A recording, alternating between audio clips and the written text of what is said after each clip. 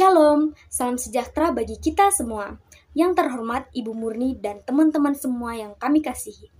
Kami dari kelompok 4 akan mempresentasikan materi kami yang berjudul Etika Gaya Hidup Kudus sebagai Pemuda Kristen di Tengah Pergaulan Bebas. Sebelum itu, berikut nama anggota kelompok kami. Untuk pembahasan pertama mengenai topik ini yaitu apa dan mengapa topik ini perlu dibahas.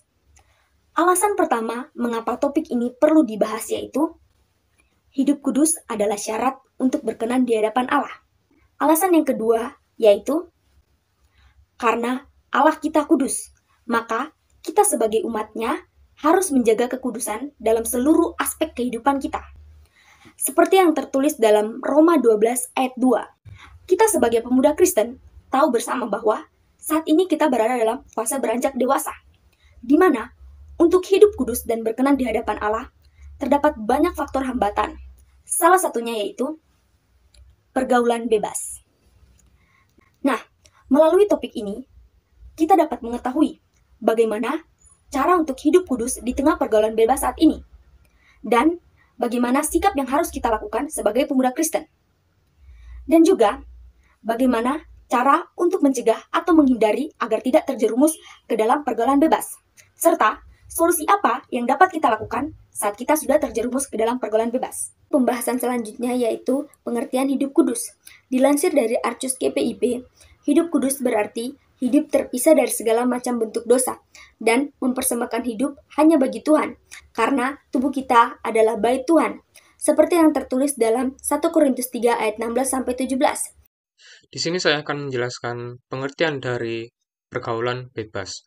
Menurut Kamus Besar Bahasa Indonesia, kata pergaulan memiliki arti menjalin pertemanan dalam kehidupan bermasyarakat, sedangkan kata bebas berarti lepas atau tidak terikat.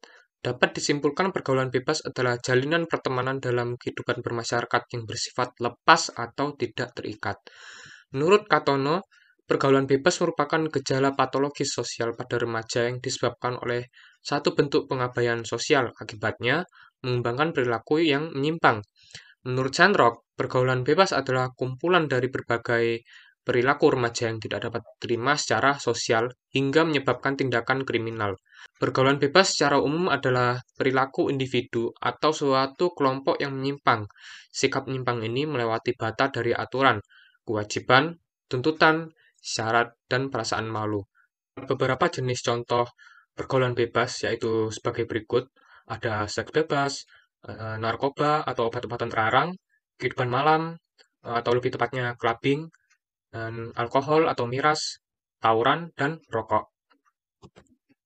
Di sini, saya akan menjelaskan apa saja pengaruh negatif dari pergaulan bebas. Yang pertama adalah pengaruh negatif dari pergaulan bebas akan membuat hubungan anak dan keluarga menjadi tidak baik.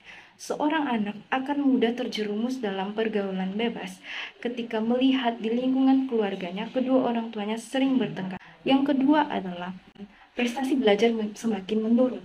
Seorang anak yang sudah terjerumus dalam pergaulan bebas pada umumnya lebih memilih untuk menghabiskan waktunya dengan membolos sekolah, nongkrong di warnet, dan nongkrong bersama teman-teman yang lebih dewasa, dan melakukan hal-hal yang semestinya tidak dilakukan.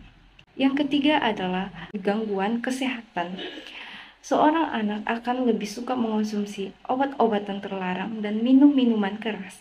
Yang terakhir adalah membuat anak-anak muda akan lebih jauh daripada Tuhan dan mereka lebih suka mengejar hal-hal yang duniawi, dan anak-anak muda juga akan lebih tidak suka ke gereja, dan mereka lebih memilih untuk menikmati kenikmatan-kenikmatan duniawi yang sekarang ini.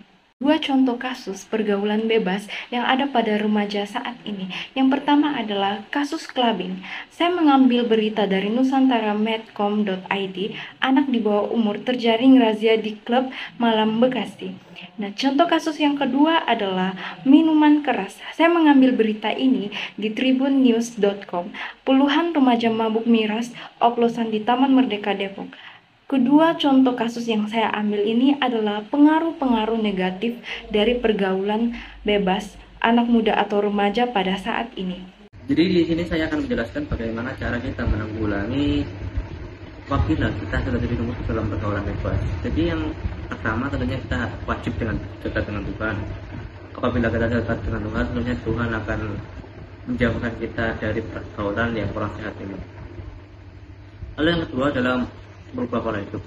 Mengapa merubah pola hidup ini sangat penting? Karena apabila kita memiliki kemauan dari dalam diri kita sendiri, tentunya kita akan berubah menjadi pola hidup yang sehat. Dari kebiasaan merokok, minuman keras, atau pergi ke nightclub atau bar. Nah, kita dapat merubah pola hidup yang buruk itu menjadi pola hidup yang sehat. Seperti berolahraga, makan makanan yang sehat seperti buah dan sayur, dan memenuhi 4 sehat yang sempurna. Lalu yang ketiga adalah mendengarkan ajaran atau didikan dari orang tua. Mengapa mendengarkan ajaran atau didikan orang tua ini sangat penting? Karena kita adalah anaknya orang tua dan kita ini pasti diinginkan oleh orang tua ini agar menjadi anak yang terbaik dan tidak ingin menjadi pengaruh yang buruk juga kan. Nah, kita wajib mendengarkan nasihat dari orang tua yang dimana itu sangat menguntungkan bagi diri kita sendiri. Yang terakhir adalah kita harus mampu memilih teman yang memberikan dampak yang positif. Kita wajib mengetahui mana yang baik dan mana yang buruk. Karena apabila kita salah masuk ke dalam lingkungan yang buruk, tentu saja itu sangat amat merugikan bagi diri kita sendiri. Maka kita harus pintar-pintar memilah mana yang baik bagi kita dan bagus buat kita. Gaya hidup kudus pemuda Kristen menurut ajaran Alkitab agar terhindar dari pergaulan bebas dan menjadi pemuda Kristen yang hidup menurut kebenaran firman Allah. Langkah pertama gaya hidup kudus adalah pertobatan, meninggalkan manusia lama dan dilahirkan sebagai manusia baru. Percayalah, jika kita mau hidup kudus, namun dengan kekuatan kita sendiri, tanpa ada pertobatan, maka hal itu adalah sesuatu yang mustahil. Kunci dari pertobatan adalah kita menerima penebusan Yesus Kristus di kayu salib. Saat itulah kita dilahirkan baru. Kita dibaharui dalam roh dan pikiran serta mengenakan manusia baru yang diciptakan menurut kehendak Allah dan kebenaran. Yang kedua, tinggalkan hidupmu yang lama. Janganlah kamu menjadi serupa dunia ini, tapi berubahlah oleh pembaharuan budimu, sehingga kamu dapat membedakan manakah kehendak Allah, apa yang baik yang berkenan kepada Allah yang sempurna. Roma 12 ayat 2. Kudus artinya dipisahkan untuk Allah. Jika kalau mau hidup dalam kekudusan, kamu harus memisahkan hidupmu untuk Tuhan. Tindakan, perkataanmu, pemikiranmu jangan sama dengan dunia ini. Yang ketiga, larilah menjauh dari percobaan-percobaan itu. Jika kamu tahu kamu akan menghadapi percobaan saat kamu nongkrong bareng teman-temanmu, jangan pergi ke sana, menjauhlah. Sama seperti Yusuf saat dirayu oleh si istri Potifar. Ia langsung lari. Yang keempat, hidupilah firman Tuhan. Tuhan Yesus langsung mengutip firman Tuhan dalam Matius 4. Yesus lalu mengatakan ada tertulis saat melawan perkataan iblis. Jika kita harus melakukan hal yang sama, sebab dalam Efesus 6 ayat 17 dituliskan bahwa firman Tuhan adalah pedang roh, yaitu senjata yang harus kita gunakan untuk melawan si jahat. Tapi bagaimana kita bisa memakai pedang roh tersebut jika tidak pernah membacanya, merenungkannya atau menghidupinya? Hidup ini adalah pilihan. Sahabat, pasti kamu membuat pilihan yang terbaik. Sebab apa yang kamu putuskan hari ini akan mempengaruhi hidupmu ke depan bahkan hingga sampai kepada kekekalan. Sekian dari kelompok kami. Mohon maaf jika ada salah kata. Terima kasih.